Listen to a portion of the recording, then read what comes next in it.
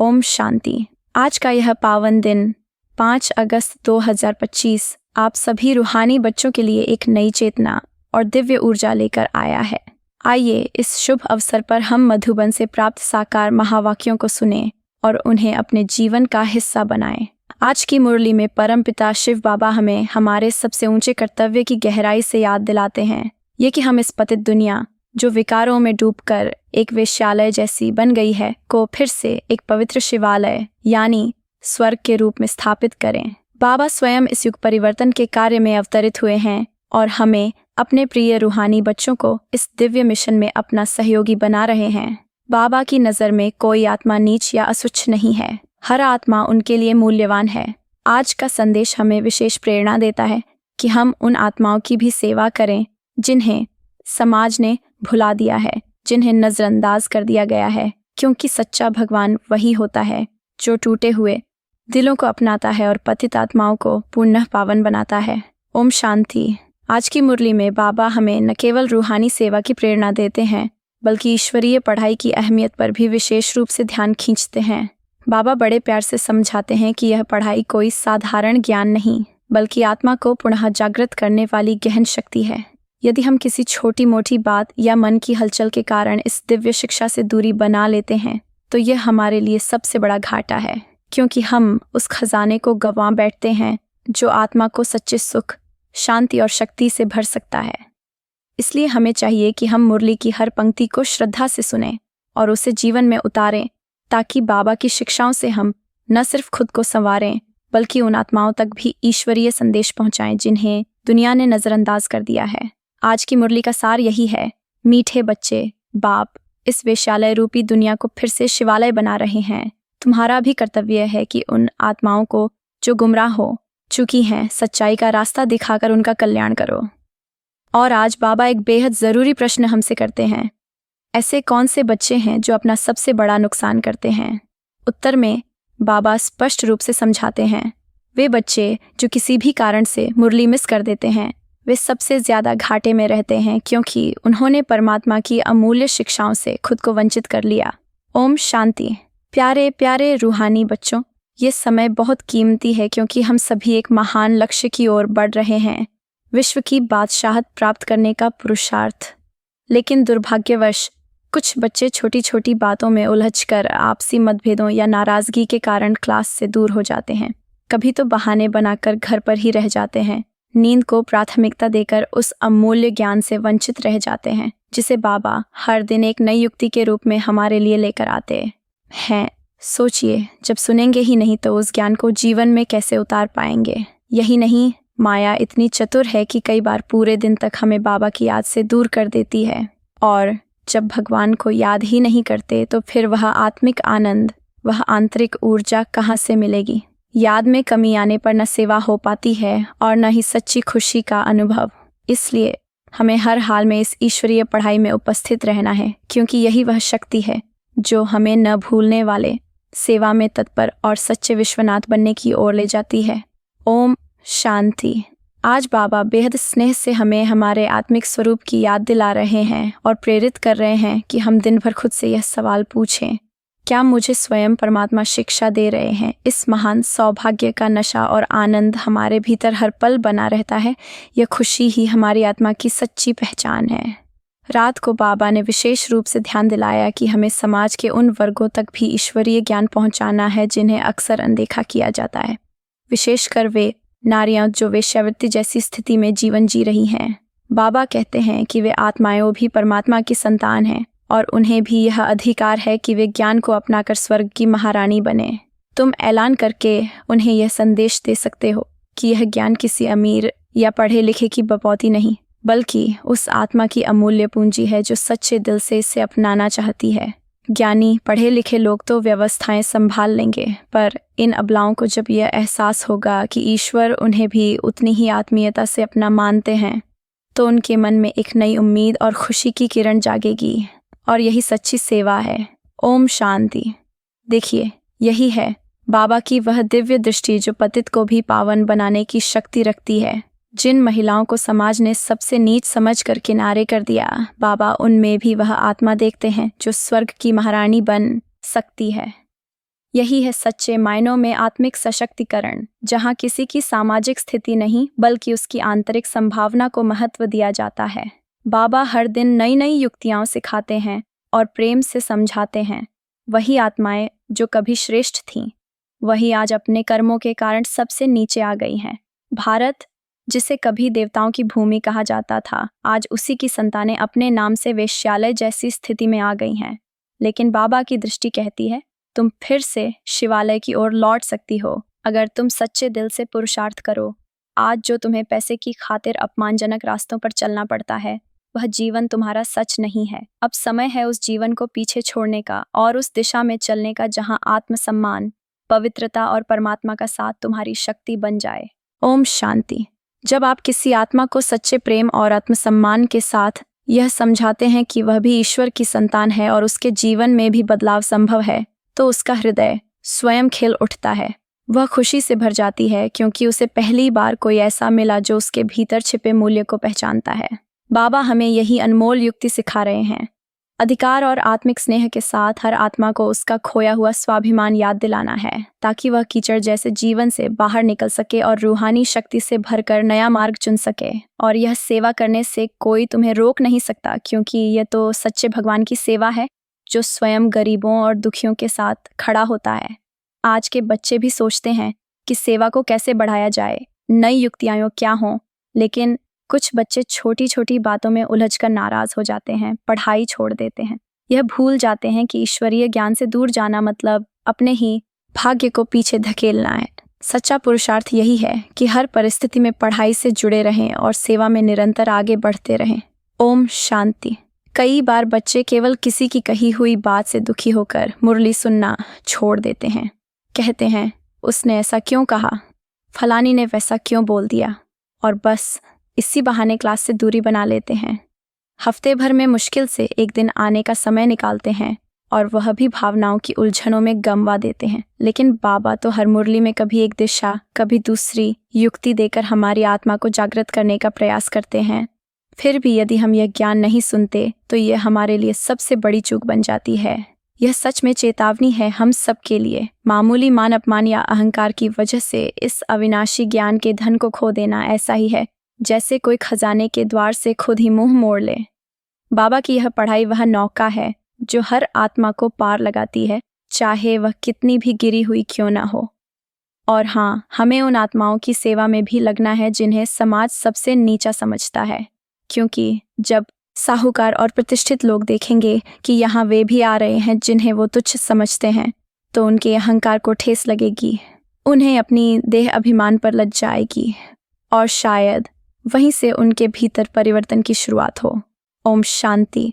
बाबा आज हमें बड़ी गहराई से समझा रहे हैं कि यह ईश्वरीय पढ़ाई कोई सामान्य शिक्षा नहीं जो केवल पेट पालने या पैसे कमाने के लिए हो। यह तो आत्मा को अगले 21 जन्मों तक सुखी, सशक्त और पवित्र बनाने वाली दिव्य शिक्षा है जो न जाने कितनी आत्माओं का कल्याण कर सकती है। इसलिए यदि कोई इस गहराई को नहीं समझता और बार बार गिरता है तो उसे अलग समझाओ, चाहे तो उसके लिए एक अलग अध्ययन मार्ग बना दो, लेकिन इस पवित्र संस्था की मर्यादाओं से समझौता मत करो। बाबा के पास कई बार ऐसे समाचार आते हैं कि कोई आत्मा यहाँ आकर प्रतिज्ञा तो कर लेती है, लेकिन घर लौटते ही फिर से विकारों में डूब जाती है। और अगर उसे कोई ब्राह्मणी साथ लेकर आई है तो उसका प्रभाव उस ब्राह्मणी की आत्मा पर भी पड़ता है। यही तो इंद्र सभा की वह गाथा है जहाँ मर्यादा भंग करने वाले को सजा मिलती है। बाबा बार बार ब्राह्मणियों को आगाह करते हैं, सोच समझकर परख कर ही किसी को लाओ, वरना उसकी कमजोरी तुम्हारी स्थिति को भी नीचे खींच सकती है। यह ज्ञान की सभा है, कोई साधारण स्थान नहीं, इसलिए हर कदम सावधानी और मर्यादा के साथ रखना ही सच्चा ब्राह्मण धर्म है। ओम शांति। आज बाबा हमें सेवा के क्षेत्र में विशेष सतर्कता बरतने की शिक्षा दे रहे हैं। वह समझाते हैं कि जब किसी आत्मा को सेंटर पर लाना हो तो पहले ये परखना जरूरी है कि उसमें ज्ञान के प्रति सच्ची जिज्ञासा है या नहीं, और क्या वह पवित्रता को अपने जीवन में अपनाने की ईमानदार कोशिश कर रही है। यह सेवा कोई साधारण कार्य नहीं बल्कि आत्माओं के भाग्य को बदलने वाली भूमिका है, और इसमें छोटी सी लापरवाही भी कई बार हमारे स्तर को प्रभावित कर सकती है। बाबा याद दिलाते हैं कि यह पुरानी विकारों से भरी दुनिया अब समाप्त होने वाली है और हमें अपने असली घर, उस पावन दुनिया की ओर लौटना है जहाँ क्रोध, काम, ईर्ष्या जैसे विकारी विचारों की कोई जगह नहीं होती। परमपिता स्वयं आए हैं हमें उस दिव्यता की तैयारी करवाने, ताकि हम उस नई दुनिया के लिए पूरी तरह योग्य बन सकें। जो बच्चे सेवा में सच्चे, पवित्र और समर्पित होते हैं, उन्हें तो बाबा नयनों पर बिठाकर अपने साथ ले जाते हैं, लेकिन उन आत्माओं को ऊंचाई पर लाना जो अभी अधर्म में लिप्त हैं, यह कार्य केवल वही कर सकते हैं जिनमें सच्ची बहादुरी और दैवीय शक्ति हो। ओम शांति। बाबा की स्नेहमयी दृष्टि का यह विशेष गुण है कि वे हमेशा गरीबों के पक्ष में खड़े रहते हैं, जिनके पास भौतिक साधन कम होते हैं लेकिन दिल की भावना अपार होती है। कोई तो सच्चे प्रेम से 1-2 रुपये का मनी ऑर्डर भेजते हैं और बाबा उसे भी अनमोल मानते हैं, क्योंकि इस यज्ञ में धन की मात्रा नहीं, भावना की शुद्धता मायने रखती है। एक गरीब द्वारा श्रद्धा से दिया गया 1 रुपया भी 100 गुना नहीं, बल्कि पद्म गुणा फल बनकर लौटता है, क्योंकि इसमें मन की पवित्रता और समर्पण की ऊर्जा होती है। यह कोई नई बात नहीं है, यह तो सदा के लिए तय है, ड्रामा के दृश्य के समान जिसे हम साक्षी होकर देखते हैं। बाबा बहुत सहजता से हमें जीवन का मूल सार समझाते हैं। बस स्वयं को आत्मा निश्चय करो, यही सच्ची पहचान है। यह नश्वर शरीर तो एक दिन समाप्त हो जाएगा, लेकिन तुम आत्मा हो, अविनाशी, चैतन्य और सदा अस्तित्व में रहने वाली। ओम शांति। ये ईश्वरीय ज्ञान कोई बार बार मिलने वाली चीज़ नहीं है, ये केवल एक बार मिलता है, और वह भी इस संगम युग पर, जब आत्मा पुनः जागने की स्थिति में आती है। सतयुग से लेकर कलयुग के अंत तक फिर किसी को यह अमूल्य रूहानी सत्य नहीं मिलता। ये सौभाग्य सिर्फ हमें प्राप्त हुआ है, इसलिए इसे हल्के में लेना या टालना हमारी सबसे बड़ी चूक हो सकती है। बाबा बड़ी सरलता से समझाते हैं कि सिर्फ एक बात को पक्के रूप से पकड़ लो, मैं आत्मा हूँ, और इस आत्मा का वारिस वही परमपिता है जिससे हमें अपना पूरा वर्षा लेना है। बस उसे याद करते रहो, बार बार याद करते रहो, क्योंकि इसी याद की अग्नि में हमारे विक्रम जलकर राख हो सकते हैं। यह है सबसे सरल, सबसे प्रभावशाली पुरुषार्थ, न कोई दिखावा, न कोई कठिन प्रक्रिया। एक ही सूत्र में सारा ज्ञान समाया हुआ है। मैं एक चैतन्य आत्मा हूँ और मुझे अपने मीठे बाबा को सच्चे दिल से याद करना है। यदि यही अभ्यास लगातार चलता रहे तो जन्मों जन्मों की नकारात्मकता भी समाप्त हो सकती है और आत्मा फिर से प्रकाशमय बन सकती है। ओम शांति। जब हम सच्चे दिल से यह स्वीकार करते हैं कि मैं आत्मा हूँ और बाबा का संतान हूँ, तो यही सोच हमारे पूरे जीवन की दिशा बदल सकती है। बाबा खुद बेहद सहजता से हमें वह युक्ति बताते हैं जिससे स्वर्ग का राज्य भी प्राप्त हो सकता है और आधे कल्प तक के पाप भी राख हो सकते हैं। वो है सिर्फ बाबा की याद। ये कोई जटिल साधना नहीं, बल्कि एक ऐसा अभ्यास है जिसे दिन भर के हर हाल में किया जा सकता है। बाबा स्वयं इस अभ्यास को जीवन में उतारते हैं, तभी तो हमें भी सिखाते हैं। वे कहते हैं, मैं इस शरीर का रथ हूँ और यह रथ बाबा के निर्देशों पर चलता है। उसी तरह तुम भी समझो कि बाबा ही तुम्हारा पालनहार है। जब भी काम की व्यस्तता कम हो, दुकान या दफ्तर में ग्राहक न हो, तो उसी पल को बाबा की याद में लगा दो। बीमारी हो, बंधन में हो, फिर भी मन से बाबा की याद में जुड़ना संभव है। याद का यह अभ्यास किसी भी परिस्थिति में किया जा सकता है, और यदि सच्चे दिल से किया जाए तो वह आत्मा जो वर्षों से सेवा में नहीं आ पाई, वह भी उन बच्चों से ऊंचा पद पा सकती है जो लंबे समय से पढ़ाई में हैं। यही है याद की शक्ति, सरल, सशक्त और कल्याणकारी। ओम शांति। बाबा हमें जीवन की हर स्थिति में, चाहे हम दुकान पर हों, बीमारी में हों या किसी पारिवारिक बंधन में उलझे हों, याद की सहज और शक्तिशाली युक्तियाँ सिखा रहे हैं। वे बार बार समझाते हैं कि मन और बुद्धि से यदि हम निरंतर बाबा से जुड़ जाएं, तो हमारी आत्मा की तकदीर श्रेष्ठ से श्रेष्ठतर बन सकती है।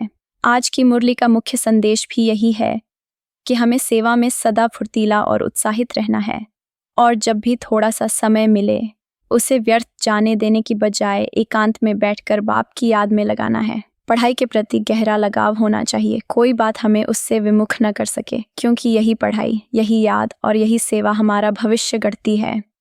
तो आइए आज से संकल्प लें कि हर कार्य में सेवा की भावना, हर क्षण में बाप की याद और हर परिस्थिति में आत्मस्मृति को बनाए रखें। यही सच्चा पुरुषार्थ है और यही जीवन को सार्थक बनाने की राह है। ओम शांति। आज बाबा हमें जीवन की एक नई दिशा दिखा रहे हैं। वह है रॉयल और मर्यादित चलन का अभ्यास। हमें याद रखना है कि अब इस पुरानी थक चुकी दुनिया को छोड़कर घर लौटने का समय आ गया है। इसलिए मोह की जड़ें जो अब भी दिल में कहीं बची हैं, उन्हें पूरी तरह समाप्त करना होगा। आत्मा को ऐसी वानप्रस्थ अवस्था में स्थिर करना है जहां न शब्दों का शोर हो, न व्यर्थ के संबंधों की हलचल, बस भीतर शांति और परमात्मा की याद की गहराई हो। इसी स्थिति से वह शक्ति जन्म लेती है जिससे हम न केवल अपनी आत्मा को ऊंच बनाते हैं, बल्कि उन आत्माओं की भी सेवा कर पाते हैं जो अधर्म और अंधकार में डूबी हैं। हमें हर क्षण इस ईश्वरीय गौरव का अनुभव होना चाहिए कि हम स्वयं भगवान के बच्चे हैं और अब हमारा लक्ष्य है वापसी उस पवित्र शाश्वत घर की ओर। और आज का वरदान भी हमें यही प्रेरणा देता है कि हम अपनी श्रेष्ठ वृत्ति से दूसरों की नकारात्मक वृत्तियों को रूपांतरित करें और सदैव सिद्ध स्वरूप में स्थित रहें। यही है सच्चा आत्मिक सामर्थ्य और यही है ब्राह्मण जीवन की सबसे ऊंच पहचान। ओम शांति। आइए अब आज के वरदान की गहराई को थोड़ा और समझते हैं। बाबा कहते हैं कि यदि तुम वास्तव में सिद्ध स्वरूप बनना चाहते हो तो अपनी वृत्तियों द्वारा दूसरों की वृत्तियों में परिवर्तन लाने का अभ्यास करो। अपने संकल्पों की शक्ति से दूसरों के संकल्पों की दिशा बदलो। इसके लिए एक शांत सूक्ष्म स्तर पर रिसर्च करने की जरूरत है। जब तुम इस अदृश्य सेवा में पूरे मन से लग जाओगे तो यह सेवा स्वयं तुम्हारी अनेक आंतरिक कमजोरियों को समाप्त कर देगी। अभी से इस दिशा में योजना बनाना शुरू करो तो तुम देखोगे कि जिज्ञासु आत्माएं स्वतः खिंचती चली आएंगी। सेवा की गति भी बढ़ेगी, साधन भी सहजता से मिलते जाएंगे, यहाँ तक कि स्थान, साधन और सहयोग सब कुछ समय पर मिल जाएगा। ये शक्ति स्वयं तुम्हें विद्या और सिद्धि का स्वरूप बना देगी। और आज का स्लोगन है समय को हर पल सफल बनाते चलो, तभी समय की चाल में आने वाले धोखे से सुरक्षित रह सकोगे। अच्छा, अब मीठे मीठे रूहानी बच्चों को माता पिता बाप दादा का स्नेह भरा याद प्यार और सुप्रभात। रूहानी बाप की रूहानी संतानों को नमस्ते। और हम रूहानी बच्चे भी अपने रूहानी माता पिता बाप दादा को सच्चे दिल से याद, प्यार, गुड मॉर्निंग और नमस्ते कहते हैं।